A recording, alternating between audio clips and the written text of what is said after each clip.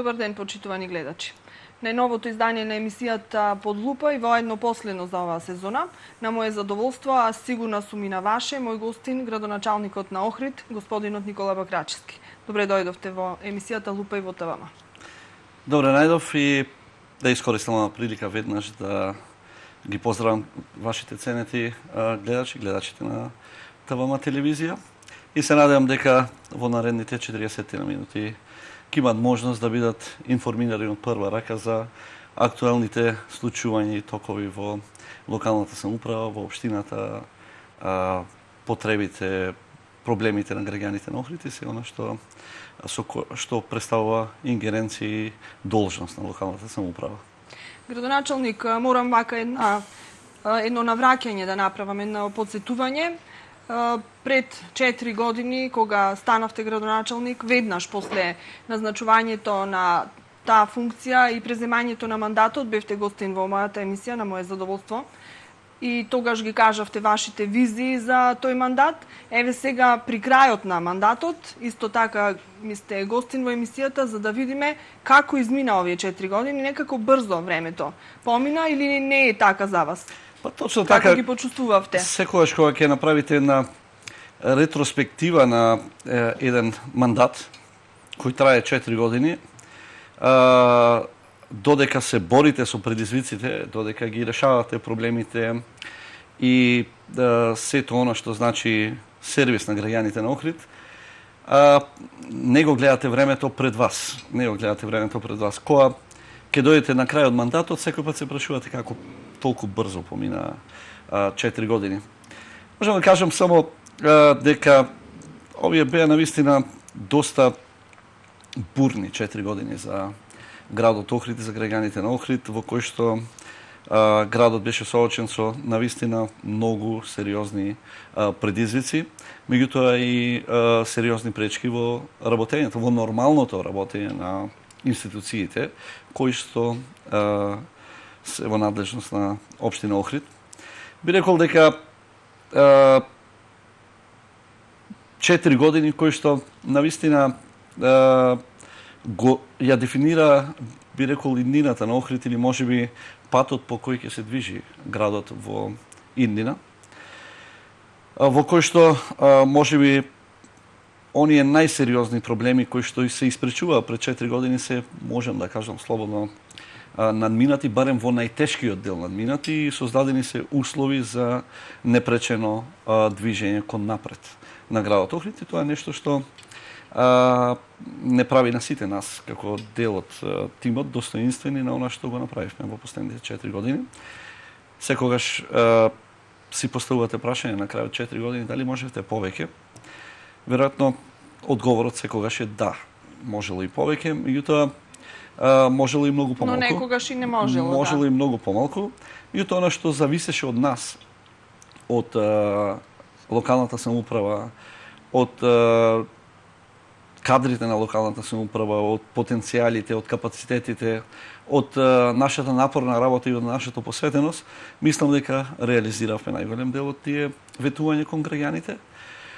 И секако дека има и работи кои што веројатно зависеа од повисоки институции, од владата или од други институции во Република Македонија, а најмногу коректно е да се каже или некоректно е да се изостави дека политичката криза во Македонија и тоа како се одрази на работењето на сите институции во Република Македонија, вклучително и локалните институции. Јас како градоначалник тоа го чувствував и тоа многу сериозно. Значи, политичката криза имаше сериозен импакт во одвивање на секојдневието пред се на граѓаните, а потоа и во нормалното функционирање на институциите и секако одствено на тоа. Во вашиот мандат навистина имаше многу бурни случувања. Се соочивте со се и се што? Можам да кажам дека протести, од кризи, од политичка криза, три изборни циклуси, плюс тоа 2 одложени изборни циклуси, силна политичка и општествена криза, не само политичка криза, мора да признаеме дека ние се соочуваме и со силна општествена криза во која што имаме сериозна поделеност на општеството. и антагонизми, не само поделеност. Антагонизми, недоверба, негодување, несогласување меѓу различни групи интересни групи во општеството, и сето тоа се одразува на резултатите во работењето. Мислам, не зборувам јас само за локалната самоуправа, туку и поединечно во животите на граѓаните насекаде низ Македонија, така и во Охрид. Така. Што од овој 4-годишен мандат ќе ви биде како еден најголем успех вам и на вашиот тим, како еден најголем бенефит за општината и за сите оние кои што понатаму ќе раководат со неа или ќе живеат во овој град? Што е она што ве прави, како што рековте и самите вие, горди? Па ќе излечам 3 моменти од работењето. Првиот момент е решавањето на длабоката финансиска криза на општина Охрид. За прв пат имавме 4 години после 91 година, кога долговите на општина Охрид не само што не растат, туку за прв пат имаме тренд на намалување на задолжувањето на општина Охрид. И тоа е нешто што прв пат се случува во историјата на независна Македонија или во историјата на локалната самоуправа на општина Охрид, каде имаме сериозно навлегување во сферата на решавање на финансиската криза на општина Охрид. Изборува многу сериозно, затоа што во изминатите 10 години, повеќе 15 години, Охрид имаше еден рапиден тренд на зголемување на задолжувањето, и можам да кажам дека можеби во 2013 година во оваа сфера Охрид го достигна врвот, односно платото на задолжување, од кое што понатака не можеше да се оди во ниеден чекор. Значи, можам да кажам дека тоа е она на што нас не прави посебно горди, затоа што дојдовме во ситуација во која што сериозно почнавме да ги решаваме долговите на општина Охрид по сите основи.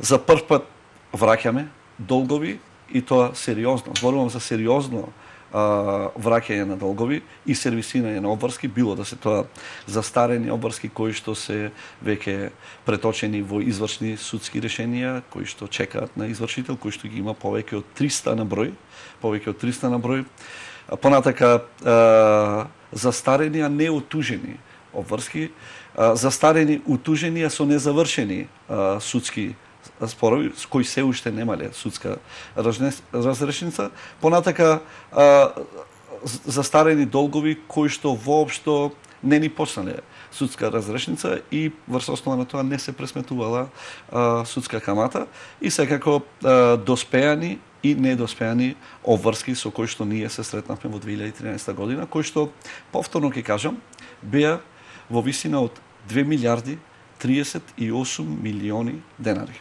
Колку сега должим, имате ли податок? Се уште ја правиме последната обработка на сите оние задолжувања кои што се доспеани и кои што се регистрирани во секторот за финансии на општина Охрид. Сега веќе имаме едно задолжение од новиот министер за финансии, со кој што треба да дадеме еден табеларен приказ на задолжувањето на општина Охрид. Можам да кажам дека е сериозно намален долгот и е далеко од она што беше во 2013 година. Сигурно е за некаде 10 милиони помал. Ние сме исплатиле повеќе од 17 милиони евра од 2013 година до денес по сите основи. Зборувам, значи, исплати на задолженија по сите основи, од кои од прилика 10 милиони за стари задолжени или стари долгови. И сето тоа е нешто што никој до сега не се сериозно зафатил да го реши. Јас постојано во овие 4 години зборував за долговите не затоа што сакам да се оправдам или да го оправдам мојот тим за резултатите од работењето, кои што се вакви или онакви, времето ќе покаже. И покрај тоа што ние сме направиле статистичка обработка на сите реализирани проекти по значење, по големина, по број, по финансиска конструкција на проекти, и сите тие покажуваат дека овие се 4 години кои што во кои што локалната самоуправа направила најмногу споредено со било кој 4 години од 91 година навака. Значи и тоа значајно одскокнување во однос на сите останати споредбени 4 години од 91 навака. Меѓутоа, нашата цел не беше да ги напоменуваме овие долгови за да ги оправдаме нашите чекори или обратно да ги оправдаме нашите закаснувања или одолжување на роковите на одредени проекти. Туку да ја подигнеме свеста на сите оние институции, на сите вработени пред се во локалната самоуправа или во јавните предпријатија, школите, градинките, а потоа и на граѓаните на Охрид и на сите правни субјекти во Охрид, од потребата за конечно зафаќање, сериозно зафаќање со решавање на овие долгови, бидејќи реков 2013 можам да ја кажам дека е критична година или плато во висината на во достигнувањето на висина на задолжувањето на општина Охрид. И јас се надевам дека никогаш повеќе нема да се повтори. Се надевам дека никогаш повеќе нема да се повтори. И тоа го напомнувавме затоа што кажувавме дека е многу важно, значи покрај испорачување на проекти, покрај задоволување на потребите на граѓаните на Охрид, на нивните барања, покрај исполнување на сервисните услуги кон градот и кон граѓаните, многу е важно да се сервисираат долговите затоа што по основ на камати растат рапидно. Значи, тие долгови дури ние бевме соочени во 2013 година со ситуација во која што многу мал дел од вработените во локалната самоуправа или оние кои што работеле со финансии беа свесни колкави се долговите, затоа што никогаш не ја пресметале каматата. Колку граѓаните и колку вработените беа свесни колкав е тој долг? Па многу мал дел од нив мора да признам, бидејќи имавме драстични разлики помеѓу податоците кои добивме од професионалците во Министерството за финансии, кои што има одредена методологија на пресметка на долговите и во кои што беа вклучени значи сите можни задолжувања. По сите основи, вклучително и пресметаната камата и она која е доспеана камата и она камата која што е за очекување, со оглед тоа што се знаеше дека кога водите судски спорови за неисплатени долгови, се знае дека ќе ги изгубите. Да. Невозможно е, ако сте подпишале договори, ако сте подпишале фактури, ако сте подпишале времени или завршни ситуации за одредени проекти, невозможно е вие понатака да добиете спор и да кажете дека не се наши, сте ставиле подпис на нив. Значи, тие едноставно ви останува да ги сервисирате на начин на кој што вие сметате дека е најдобро за финансиското работење на општина Охрид. И затоа ќе напоменам, многу важно беше да кај граѓаните надвладе свеста за решавање на долговите на општина Охрид. Затоа што ако не ги решавате, она што се случувало 15 на години во Охрид, тоа подразбира и одговорност за рапидното растење на долгот по основ на камати. Затоа што колку повеќе ги оставате долговите, толку повеќе расте и каматата. Ние во 2013 година имавме пресметана камата, значи веднаш на почеток на мататот, кој изнесуваше 14.550 евра на ден по основ на долговите. Значи секое отлучување на општината наутро нас не чинеше плюс 14.550 евра. Колку вака, еве, да кажам паушално, колку го надплативме долгот ние со тие камати? Всушност, општината колку пати, колкукратно го надплати долгот? По основ на камати. Ево, ако јас кажам дека тој долг од прилика некаде 2005 година бил околу 68 милиони денари, рачунете дека за 8 години до 2013 стигна до 2 милиарди 38 милиони. Значи од 68 милиони до 2 милиарди 38 милиони денари. Од кои што можем да кажеме дека половината скоро се камати. Половина. И вие не може некој да очекува дека каматите не се долг. Кој е тој субјект кој што ќе ви ги прости ад хок каматите, ако имаме и голем број на субјекти кои што работеле нешто за општина Охрид, честно го одработиле, се задолжиле кај кредиторите, кај комерцијалните банки, зеле кредит за да изведат работата, можеби да купат механизација, материјали и сето тоа. Имале некоја компанија која броела, што знам, 20, 30, 50 и повеќе вработени. И замислете, заради неисплатата на долгот, таа компанија станала финансиски неодржлива и пропаднала или се затворила. И голем дел од вработените останале без работа. Значи, проблемот е многу покомплексен отколку едно само математичко намалување на долгот на општина Охрид. Значи, се работи и за нарушување на работењето на голем број на правни субјекти или физички лица во Охрид и секако загрозување на работниот статус на оние кои биле вработени во таквите компании на кои што општина Охрид им должела пари. Затоа ги кажам дека најголемата придобивка во овие 4 години е секако стабилизирање, не потполно, меѓутоа стабилизирање на финансиската состојба на општина Охрид и рапидно намалување на долговите на општина Охрид. Дали можеме да кажеме дека сега општината е покомотна во тој секако сегмент? Дека е многу покомотна. Не е комотна, туку е многу покомотна во тој сегмент. А што е со блокираната жиросметка? Блокираната жиросметка, значи ќе може да се одблокира тогаш кога приходите на општина Охрид ќе бидат поголеми од задолжувањето на општина Охрид или тогаш кога ќе се изнајдат значи законски можности во кои што општина Охрид ќе може да се задолжи повеќе од прилика од 4,5 милиони евра, колку според законот за локална самоуправа општина Охрид имаше право да се задолжува кај комерцијалните банки. Зборувам според постоечките законски прописи кои што се уште се актуелни. Доколку се направат некои законски измени во кои што владата на Република Македонија, односно Министерството за финансии, ќе може да биде гарант на општина Охрид или можеби ќе се дозволи на општина Охрид да најде начини во кои што ќе може да изнајде начини за добивање на кредит од комерцијалните банки, кој што е во висина на задолжувањето на вкупната сума на задолжување во моментот на добивање на кредитот, веројатно и тоа ќе настане од блокирање на сметката на општина Охрид. Меѓутоа има и нешто друго.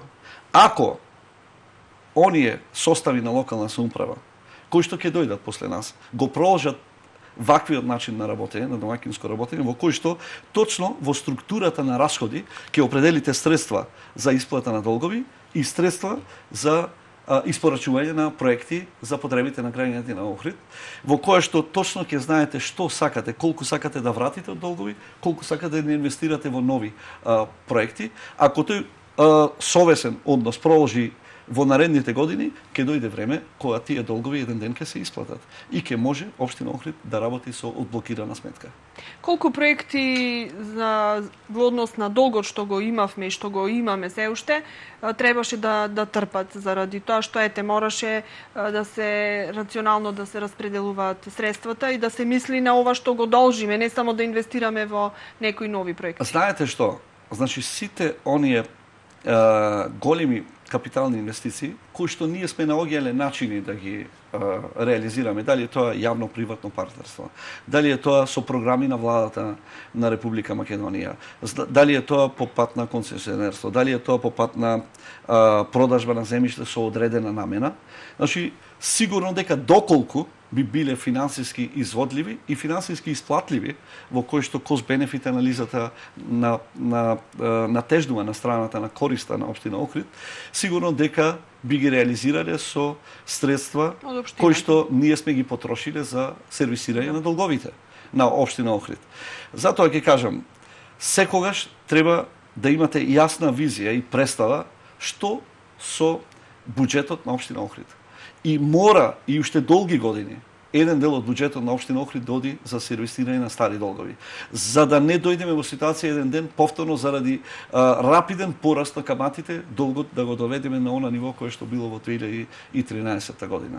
Ова ви беше приоритет, значи кога го добивте мандатот, една од точките кои што рековте веднаш чим дојдам на градоначалничката функција ќе се зафатам со тоа. Што друго ви беше приоритет? Точно така, сакав да завршам. Да, повелите. Уште тие две точки каде што вие рековте дека ние чувствуваме сатисфакција или сме горди на тоа што сме го постигнали, а што било различно од претходните состави на локална самоуправа. Покрај финансиското стабилизирање на финансиското работење и рапидно намалување на долговите, сега од тука е и новиот пристап во работењето на локалната администрација. Сите оние процеси на работа, листи на процеси, алгоритми или листа на процедури кои што ги донесовме на почеток на нашиот мандат, вродија во делот на работењето на секторите и оделенијата во локалната самоуправа и поединичните извршители во локалната самоуправа, вродија со плод и се одразија на зголемување на ефикасноста во работењето на општинската администрација, за која што ние, според сите они индекси на ефикасност кои што ги обработува различните институции и невладени организации во Република Македонија, покажа дека општина Охрид високо котира на тие индекси. И тоа е втората карактеристика или карактерна особина на оваа локална самоуправа која не одвојува другите состави, по која што ние сме горди, затоа што тоа се одразува и на квалитетот на услуги кои што општина Охрид ги испорачува према граѓаните. Тоа се одразува и на задоволството на граѓаните од сервисот кој го дава локалната самоуправа. И секако во ефикасноста на сите нивоа во делот на сервисирање на услугите, испорачување на времено на проекти, на времено испорачување на услуги, квалитетно испорачување на услуги, реализација на ветување и сето тоа. Тоа е нешто со кое што секако дека ние се гордееме. Јас се надевам дека еден ден во иднина ќе дојдат и подобри времења, ќе дојдат и подобри од нас, кои што ќе можат уште адекватно да ја ангажираат и да ја мобилизираат локалната администрација да дава уште подобри резултати. Меѓутоа, барем, ако не друго, трендот е веќе започнат на подобрување на ефикасноста и на квалитетот на работа, односно квалитетот на услуги на локалната администрација. Ние сме една од локалните самоуправи од кои што голем дел од другите општини ги презедоа нашите алгоритми на работа. Значи, има десеттици општини кои што ги побараа тие наши алгоритми кои што беа создадени од нашиот тим на почеток на мандатот во делот на, реков, листа на процедури, процеси на работа, алгоритми за постапување на секој поедин извршител во даден одел или во даден сектор од локалната самоуправа и горд сум што тоа нашиот пример го следеа десеттина општини во Република Македонија. И заради она што тие го слушнаа во начинот на спроведување на постапките, значи тие ги побараа истите тие процедури да ги пресликаат и во нивните општини. И денес има голем дел од општините кои што ги пресликаа алгоритмите во нивните општини, а ги презедоа од општина Охрид. Тешко ли беше да се дојде до таа фаза? Многу тешко. Многу тешко затоа што имаше една бирократија во општинската администрација. Ќе бидам искрен и ќе кажам дека за мене законот за државна администрација или законот за јавна администрација на почеток представуваше нешто што е страна материја, бидејќи наистина јас доаѓав од средина каде што бев раководител на една институција, односно директор, во кој што владее постапуваше според законот за работни односи, во кој што раководителот, односно директорот има многу повеќе степени на слобода во поглед на одбирање на тимот и во поглед на составување на тимот.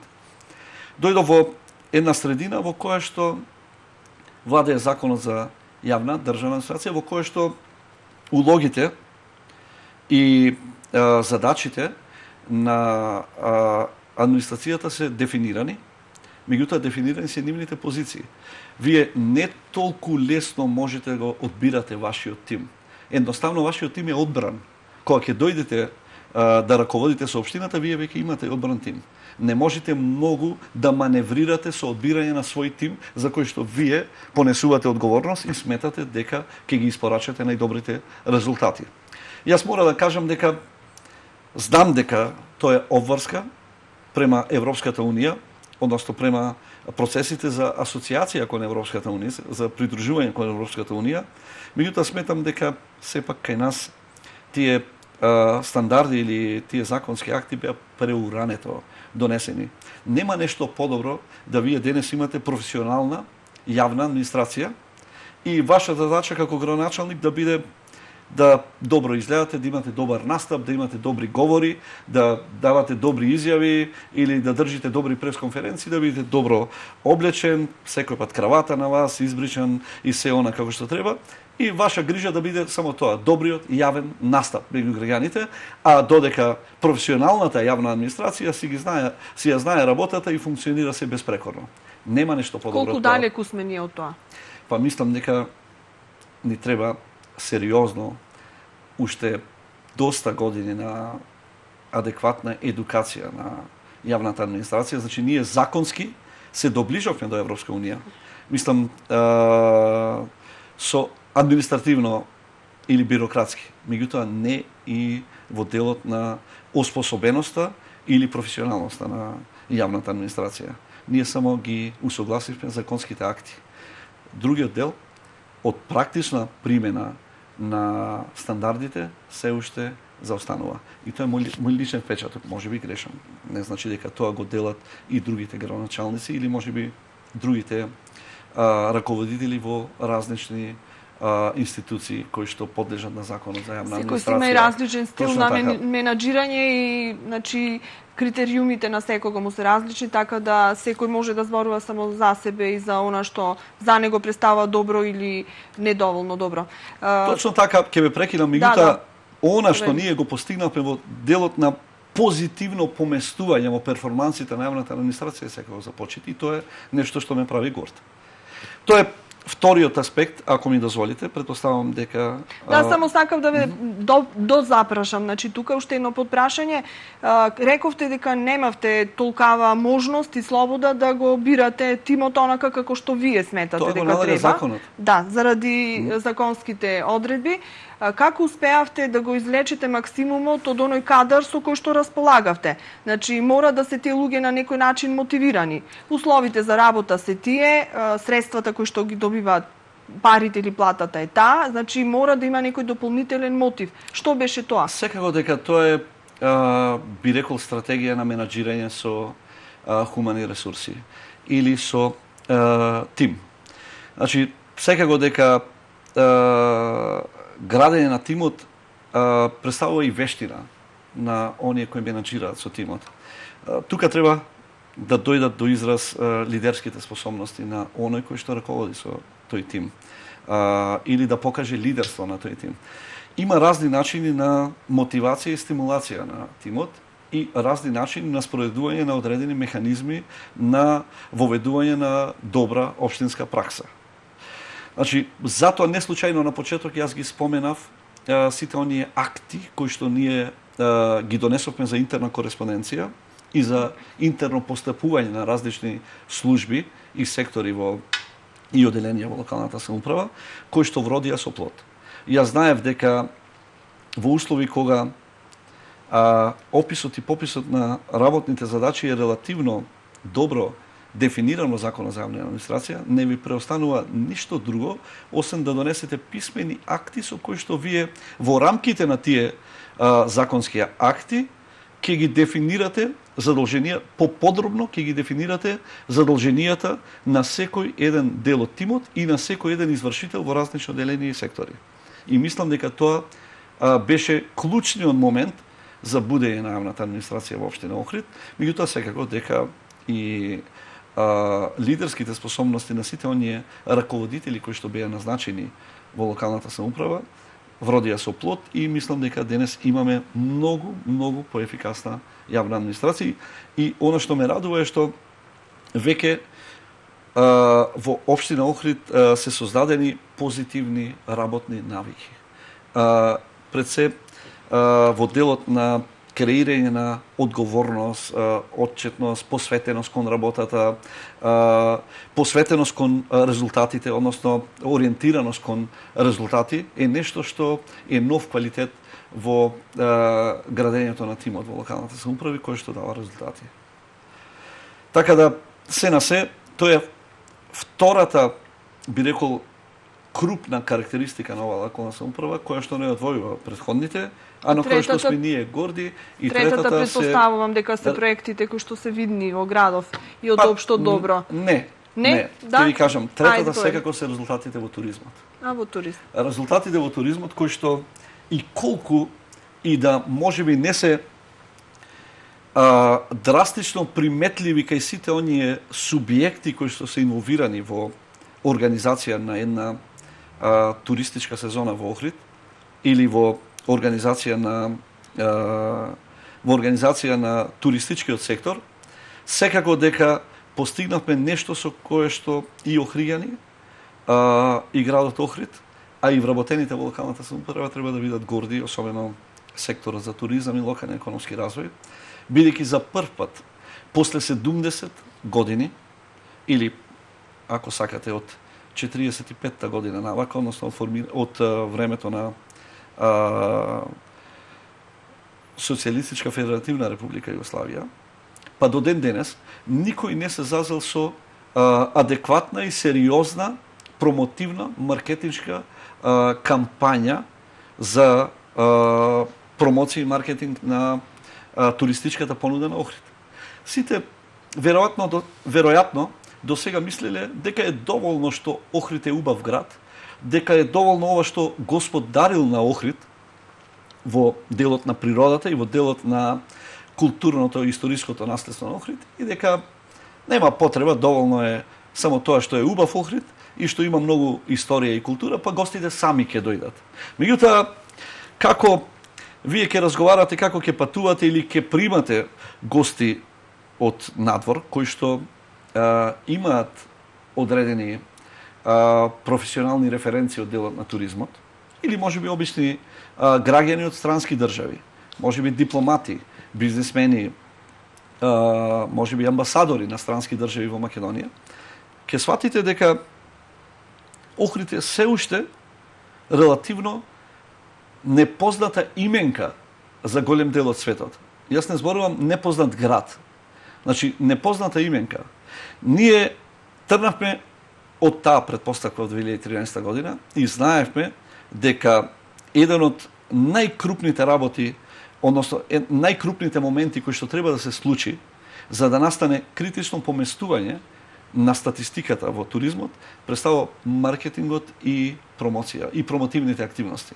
Ние направивме потполен свич на начинот на кој што беше презентиран Охрид досега, со проактивна улога на општина Охрид во презентација на Охрид во фокусирани или таргетирани дестинации, каде што ние директно организиравме двочасовна презентација во оние градови или во оние држави кај што сметавме дека можеме да привлечеме туристи. Во кој што ангажиравме агенции, ангажиравме култни места, каде што знаевме дека ќе бидат атрактивни за туроператорите, за туристичките работници или за новинарите кои објавуваат репортажи за туризам, на кој што во една фокусирана кампања и агресивна кампања од 2 часа ќе им презентираме вредностите на Охрид. Тоа беше едната стратегија која што ние работевме 4 години. Втората стратегија беше интензивно користење на сите контакти кои што ги има општина Охрид во делот на наши влијателни пријатели во странство, дипломати, амбасадори, наши почесни конзули или наши амбасадори назначени, значи амбасадори на Република Македонија или конзули назначени во странство, кои што ги раздвиживме до таа мера да се фокусираат на нивно лобирање за објавување на одредени репортажи или артикли во кои што ќе се дознаат вредностите на градот Охрид на широко. 2016 година ќе остане запаметена во историјата на Охрид по бројот на објавени прилози во мејнстрим медиуми, не во било какви медиуми, туку во мејнстрим медиуми на секаде низ светот. Значи, имавме присутност на градот Охрид во над 200 медиуми, или поточно 209 медиуми, од кои што некои и многу сериозни, некои во делот на еден од дел од тие беа професионални туристички часописи и еден дел од оние мейнстрим медиуми, како што е CNN, New York Times, Washington Post, Los Angeles Times, Daily Mirror Times, National Geographic, Discovery, значи голем дел на турски телевизии, полски национални телевизии, чешки национални телевизии, телевизии од соседството, од Словенија, од Хрватска, од Бугарија, од Србија. Значи, бевме присутни на секаде. Или во професионални магазини како што е Vogue, или во Lonely Planet, или редица други професионални туристички часописи, како никогаш досега во последните 70 години. Кој импактот од се во бројки? Импактот во се ова е што големи бројот на туристите во експоненцијален раст и на бројот на ноќевањата и во бројот на туристите кои што го посетиле Охрид од 2013 година навака. И тој тренд ќе се одржи. Резултатите од нашата агресивна маркетиншка и промотивна кампања допарва ќе дојдат. Затоа што тие не доаѓаат преку ноќ. Секако дека прво треба да направите подлога или основа во делот на промоцијата, туроператорите и туристичките агенции да пронајдат бизнис во она што вие му го презентирате нив, односно во правење на аранжмани за Охрид, и потоа следува организирана туристичка кампања и носење на гости во Охрид. И тој тренд допарва ќе расте. Тој тренд допарва ќе расте. Гледате дека од година во година ние имаме некаде од 7 до 15% пораз на бројот, на вкупниот број на домашни и странски туристи, и со особен осврт на делот на странски туристи, кој што процент на зголемување на бројот во однос на минатите години многу поголем отколку кај домашните гости. Меѓутоа, она што е исто важно, да не ги занемариме и домашните, значи така, сте зголеми за процентот на домашни гости. И сега веќе во 2017 имаме зголемување на бројот на домашни гости. Бидејќи имавме еден би рекол разочарувачки тренд на намалување на бројот на домашни гости. Вие гледате дека за Охрид веќе не зборуваме за сезона од 40 дена, како што бевме навикнати да зборуваме, дека сезоната трае една половина од јули и отприлика 2/3 од август и завршува. Денес гледате дека Охрид има гости во текот на цела година. Се разбира, тие се различно распоредени, структурата на бројност на гостите во различни месеци од годината е различна. Меѓутоа, ги имаме и во декември, ги имаме во ноември, ги имаме во јануар или во февруар. Меѓутоа, гледате дека сепак сериозен број на гости имаме веќе од почеток на април до половина на октомври. И тоа е сезона која што трае нешто повеќе од 6 месеци, би рекол. Меѓутоа, пак ќе кажам, не е за занемерување ниту бројот на гости кои што доаѓа и во другите зимски месеци или касни есенски месеци. Каков е градоначалник економски од бенефит од туристите, од големениот број на туристи? Па затоа ќе треба да дискутираме на некоја посебна емисија во која што ќе ги покажеме точните трендови или прецизни трендови и статистички податоци, графикони и табели во делот на бенефитот, односно импактот од пораст на бројот на туристи и затоа што знаете, сигурно сте го слушнале онај муабет, гости имаме, да, чаршијата ни е полна, но празнини се дуќаните, не се купува, малку се троши, така натаму. Не би рекол дека е така. Треба да поразговарате со непосредните чинители, односно со оние кои што се даватели на услуги, значи со рестораните, кафетериите, со оние кои што даваат трговски услуги, со собствениците на продавници за облека, за обувки, и ќе ви го кажат тој импакт. Сигурно дека се одразува не само во делот на пораст на инкамот, односно приходите на оние кои што непосредно ги даваат услугите, односно приватните станови издавачи или хотелите во Охрид, туку и на сите оние услужни дејности во туризмот. Секако дека се зголемува и бројот на, односно задоволството на оние кои што носат храна, носат артикли во туристичките објекти. Сигурно на оние кои што вршат услужни дејности, оние кои се занимаваат со занетчество, со трговија и со производство на храна и сето тоа. Значи тоа е една би рекол врзана структура или верига која што секој еден поедин чинител добива од порастот на бројот на туристи и бројот на ноќевање во Охрид. Малку ќе ве одморам.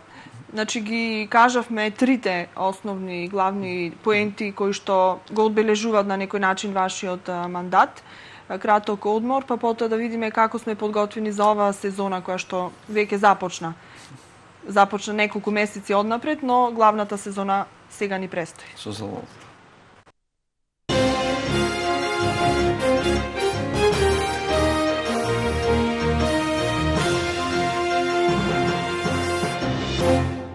Хотел Тино. Долгогодишен бренд на квалитет покрај Охридското езеро.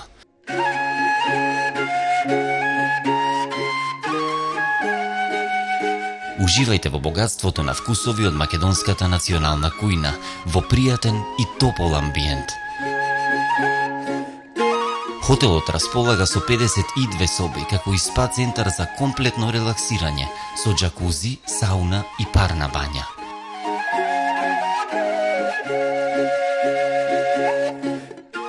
Најдобрите вечерни забави со акустична музика, врвна услуга и одлично вино за кои долго ќе раскажувате. Ви нудиме убави моменти со вашите блиски. Хотел Тино. Атва Хоум Центар. На над 10.000 производи за вашето домакинство и градина поблиску до вас. Во строгиот центар на градот, наспроти на платниот центар на Евана, на површина од 600 метри квадратни, можете да најдете се за вашиот дом. Постојани неделни акции со атрактивни цени. Огромен асортиман на производи од домашни и странски производители кои ќе ви помогне во уредувањето на просторот и купување подароци без да го оптовари домашниот буџет. Атва Хоум Центар. Кои што сакат нека ви зборвит, ама вистината е само една. Тајната за Охридскиот бисер ја донесов лично јас, Јован Субановиќ, руски белогардеец. Тајнава со алал ти ја давам, на правнуци да останит, ајро да ја го видиш. Ако се посветиш на занатот, еден ден сигурно ќе се просветлиш. За прекрасната иднина на нашето семејство и за првиот Охридски бисер, верни на традицијата, фамилија Филеви.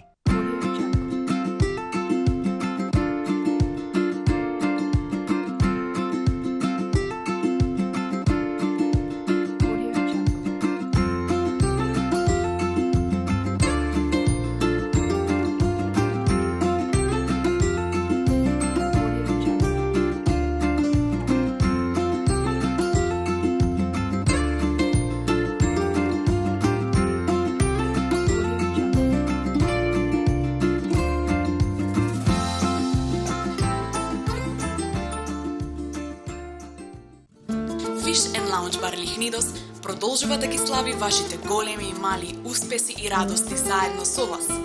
8 луксузни апартмани представуваат спој на традиционалниот и модерниот дизајн. Остануваме препознатливи по рибните специјалитети, но и по специјалитетите од македонската национална кујна. Лаунџ бар и апартмани Лихнидос во срцето на Охрид, на градскиот плоштад, на само неколку метри од езерото. Секој викенд со жива музика, опуштете се по напорната работна недела. Fish and Lounge Bar Лихнидос.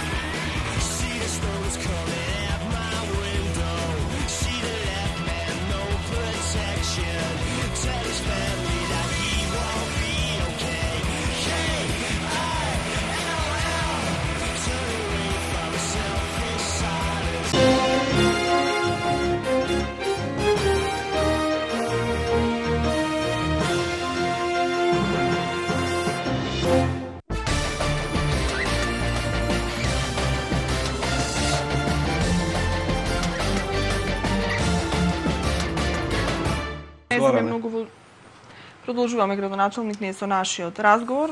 Дискусијата ни е зад камерите, ја водевме. Има, значи, уште континуитет нашиот разговор. Реков, ќе зборуваме, бидејќи сме на самиот почеток на главната туристичка сезона, колку сме подготвени, затоа што и тука ве затекна една специфична ситуација, неочекувана. Секоја година. Не само тоа, и од политички аспект зборувам, затоа што имаме нова ситуација, мандатот на Советот заврши, многу одлуки остана недонесени, вашите мандати се продолжени, сега и на Советот, имаме сега во понеделник седница на Совет. Предпоставам дека ќе бидат ставени на дневен ред некои точки кои што го тангираат градот, кои што се значајни за ова летна сезона, како што е сообраќаен режим, урбана опрема и така натаму. Колку сме подготвени за ова лето? Па добро, ова лето, за разлика од претходните години, покрај гапот што настана во одговорностите, односно во мандатите на градоначалниците и советите на градовите, сепак можам да кажам дека навремено се извршија сите оние подготовки за туристичката сезона, така да градот денес може со сигурност да каже дека спремно ќе ја дочека ова летна туристичка сезона, зборувам, во сите аспекти. Секако дека недостатоци секогаш ќе се наметнуваат и на кои што ќе треба напорно да се работи во иднина за нивно отстранување, меѓутоа делот недостатоците кои што се привлекуваат долги години назад не зависат само од функционирањето на локалната самоуправа, туку и од можноста за координирано дејствување на сите институции од кои што зависи несметаното одвивање на редот и би рекол несметаното одвивање на секојдневието во градот, посебно во делот на организирање на туристичка сезона. Мислам дека на прагот сме на успешна туристичка сезона според најавите на туроператорите, туристичките агенции, Агенцијата за промоција на туризмот на Република Македонија, приватните следноиздавачи, во разговорите со собствениците на хотелите.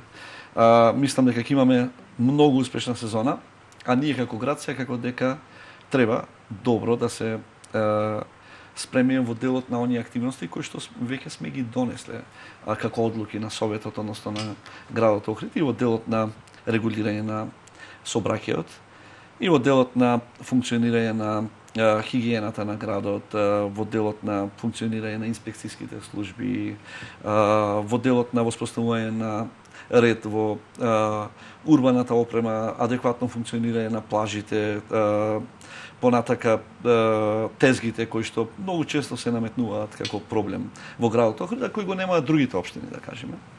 Секако дека атрактивноста на Охрид не е иста за поставување на тезги како и во други општини. Една од најубавите, ама и од најтака сложените за управување. Голем дел граѓани на Охрид, меѓутоа и граѓани на други градови, наоѓаат начин како да заработат врз основа на изложување на храна или одредени дозволени продукти на тезги. Исто како што тоа го прават и оние угостители кои што заработуваат од поставување на урбана опрема пред деловни објекти. Исто како тоа што го прават и оние кои што имаат концесии на плажите и кои што, значи, се активни чинители во организација на една летна туристичка сезона. Ние се трудиме да имаме постојана комуникација со сите нив, да се координираме, не само со оние кои што се непосредно зафатени со ова проблематика, туку и другите институции, значи пред се секторот за внатрешни работи од Охрид, секако тука е капитанијата во рамките на Министерството за транспорт и врски. Имаме одлична соработка со општинската организација на Црвениот крст. Секако дека оние институции кои што мора да бидат на потребното ниво на спремност во текот на една летна туристичка сезона, јавните здравствени установи, единиците за брза помош и сето тоа во една, би рекол, заеднички збир на координирани активности ја чини успешна туристичката сезона. Се разбира, тука се јавните предпријатија кои што јас не ги одвојувам од локалната самоуправа, се разбира. Пред се на удар е јавното комунално предпријатие кое што се соочува со неколкократно поголема работа во летните месеци отколку во останатите месеци од годината. Секако дека чистотата на градот е можеби по мене и уреденоста на градот можеби најклучниот сегмент за формирање на мислењето на граѓаните и на Охрид, меѓутоа и на туристите кои што престојуваат во Охрид. Ние со средства од Светска банка на дел ги подобривме перформансите на јавното комунално предпријатие со купување на нови возила, со обновување на возниот парк со специјализирани возила за комунална хигиена. Ево веќе во постапка сме за добивање, односно за купување на нови возила. Постапката секако трае со средства од Светска банка за дополнителни возила за комунална хигиена. Имаме неколку проекти кои што општина Охрид ги доби во рамките на предпристапните фондови, односно ИПА фондовите за прекогранична соработка. И во тој дел исто така морам да ја искористам ова прилика да го пофалам тимот кој што работи во секторот за туризам и локален економски развој, кој што има најдобар сооднос на аплицирани и добиени проекти во Република Македонија од европски фондови. Значи, ова година ги имавме бројни апликации и скоро имавме 100% учинок во добивањето на ваквите одобрувањето на таквите апликации од страна на Европската унија.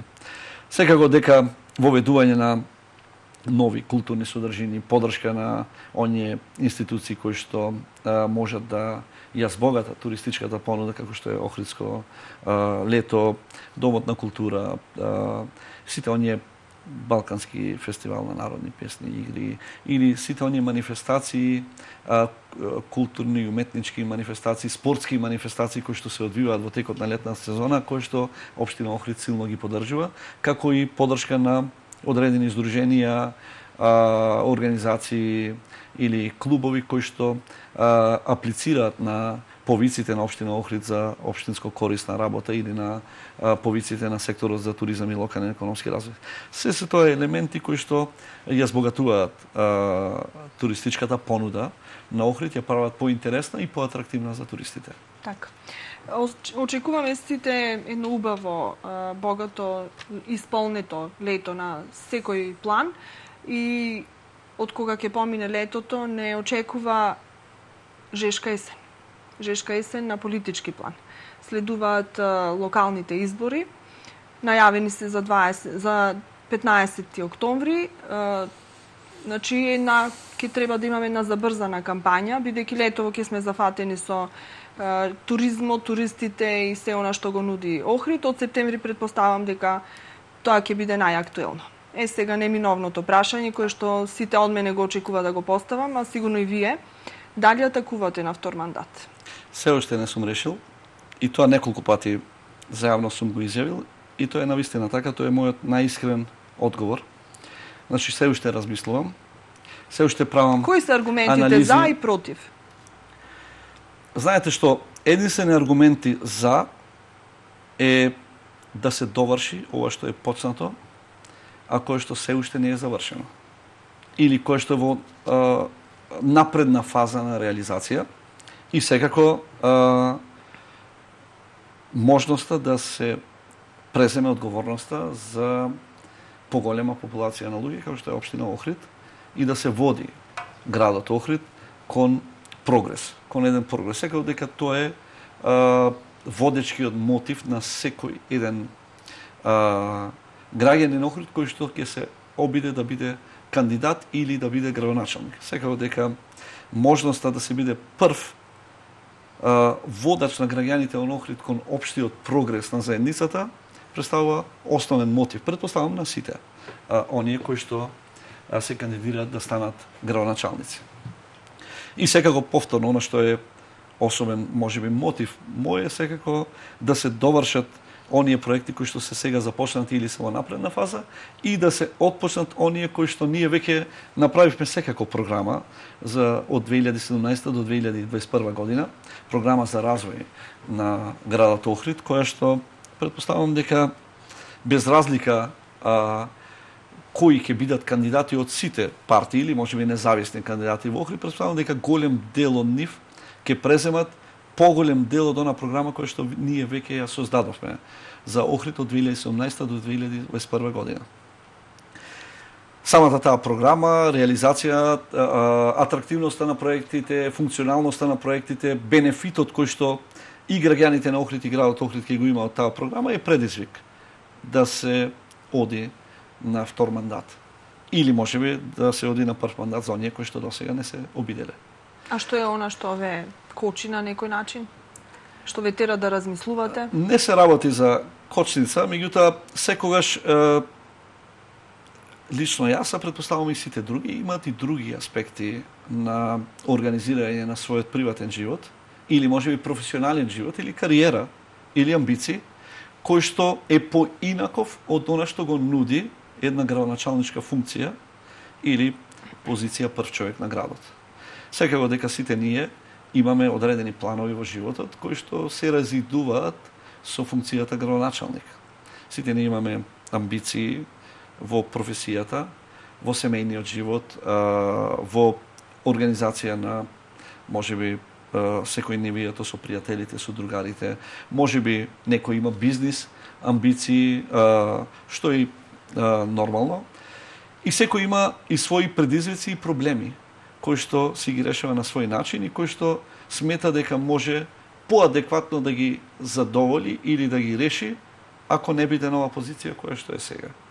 Така да, индивидуални се размислувањата, претпоставувам, на секој еден можен кандидат за градоначалник на Охрид, така и за градоначалник на било која општина во Република Македонија, а и веројатно насекаде во светот. Колку вам функцијата градоначалник ви ги исполни очекувањата? Секој кога започнува со некоја професионално, да ја наречам авантура, одиме во нешто што не ни е докрај познато, имаме некаква визија, некакви очекувања, но точно не знаеме што се ќе сретнеме на тој пат.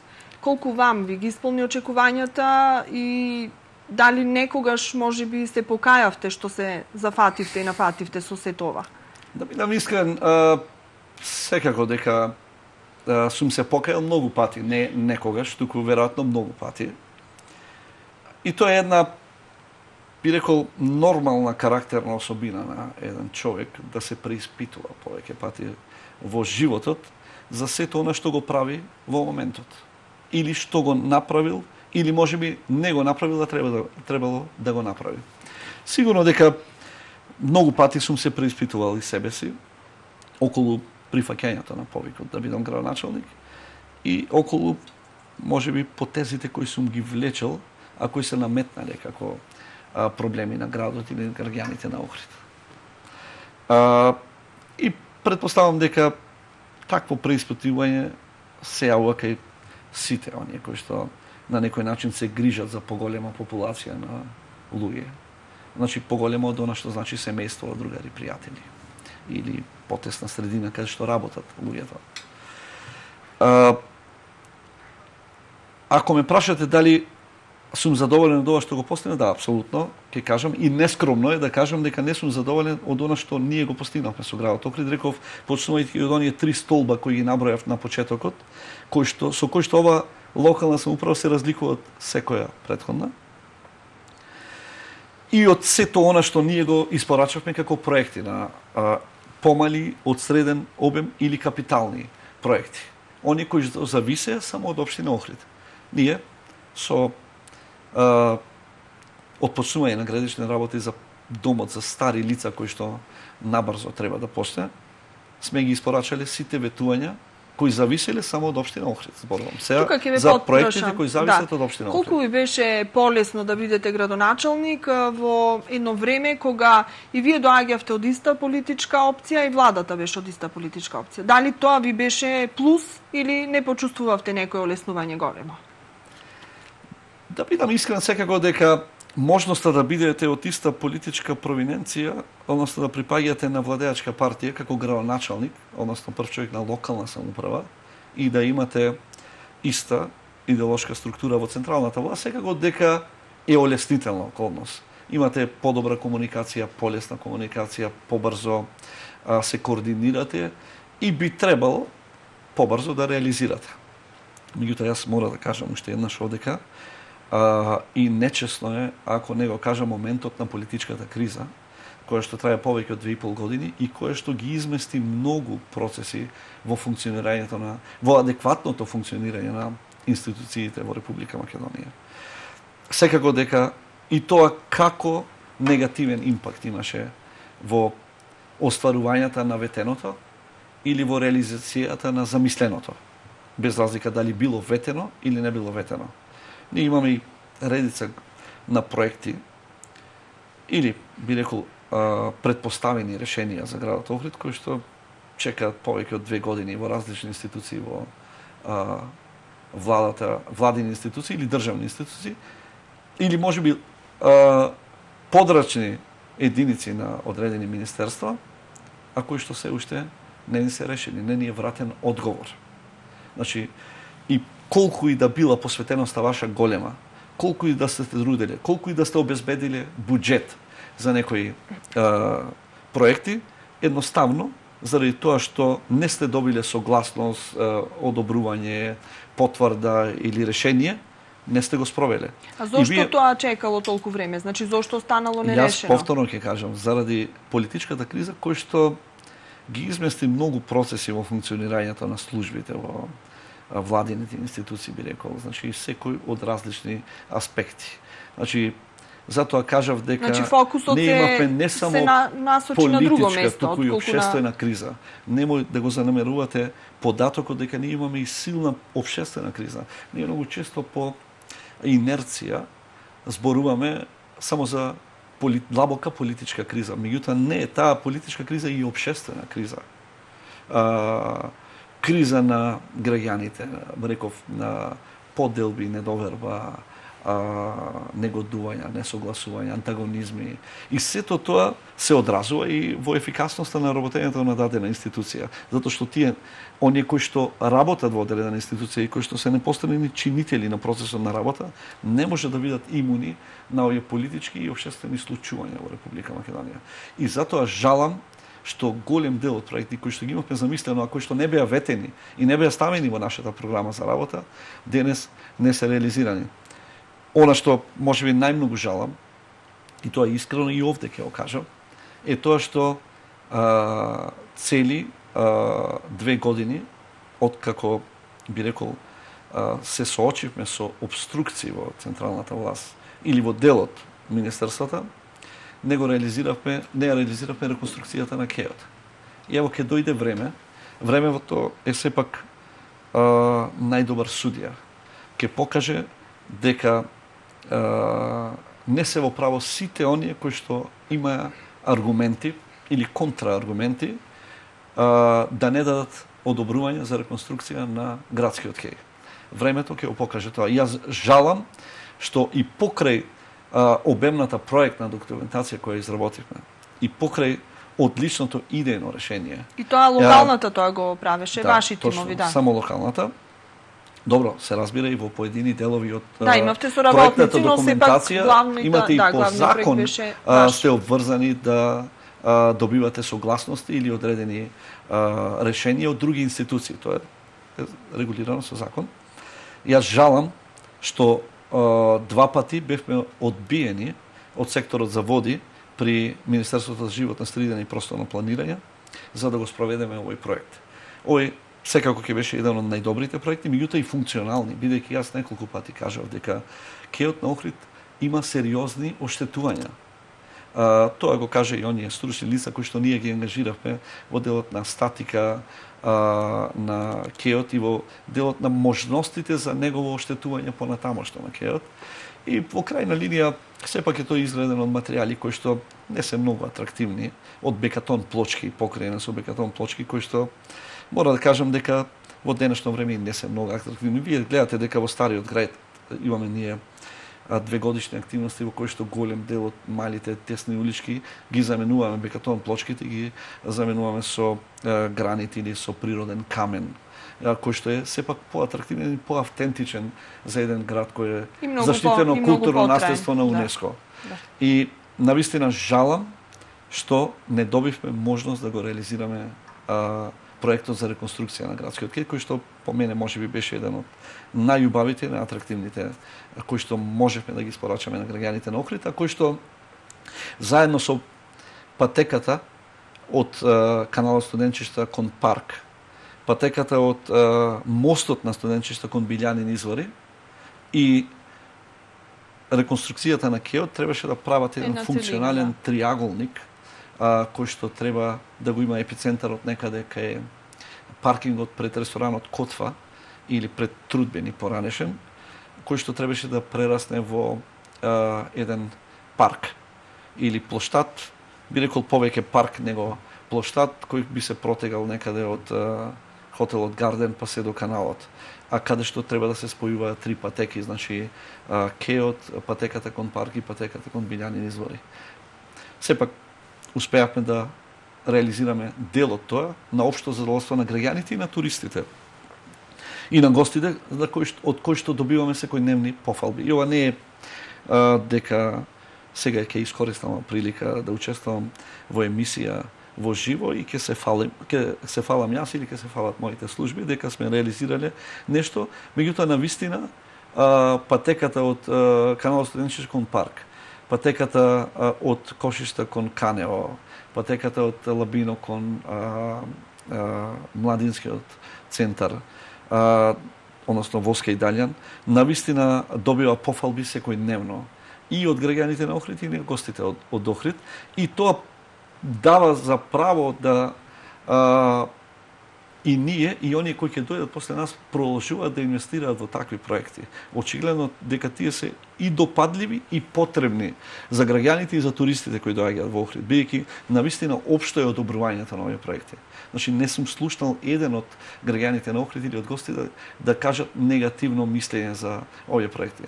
Ево, во фаза на завршница сме и со патеката од кај мостот на Студенчишта по левата страна кога гледате према исток, односно према Билјанин извори.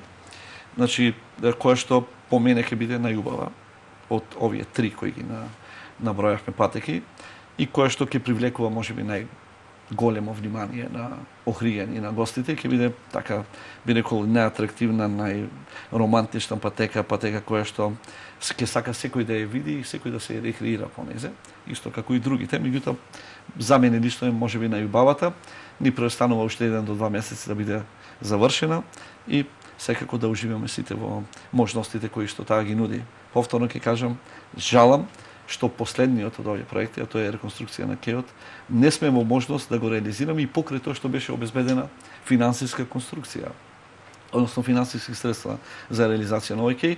И по трет пат ќе кажам, времето ќе покаже дека погрешија оние кои што не ни ја дозволија реконструкцијата. Градоначалник, може би со причина некои работи остануваат недовршени во животот, така, за да имаме мотив, значи што понатаму, да имаме уште една визија за да се зафатиме со истите, да ги реализираме и да се ги прошириме видиците. Благодарам за ова интервју во емисијата Под лупа. Чест ми е што ја заокружувам ова сезона токму со вас. Навистина еден исцрпен разговор за се она што се случуваше минатите 4 години. Доколку се кандидирате и го добиете вториот мандат, ќе имате можност да ги дореализирате сите овие зацртани проекти и некои нови сигурно има што не ги откривате сега. Ако не се кандидирате, ви посакувам успех во вашата примарна професија. Знам и дека тука, значи, паралелно со градоначалничката функција, и тука ги терате работите. Во секој случај, ние сме тука, ќе комуницираме, ќе контактираме и понатаму. Благодарам за вашата транспарентност и спремност секогаш да излезете во пресрет и да бидете гостин во нашите емисии. Ви благодарам и вас пред се за успешното водење и уредување на оваа емисија. Навистина е за пофалби и секако дека вашата емисија придонесе кон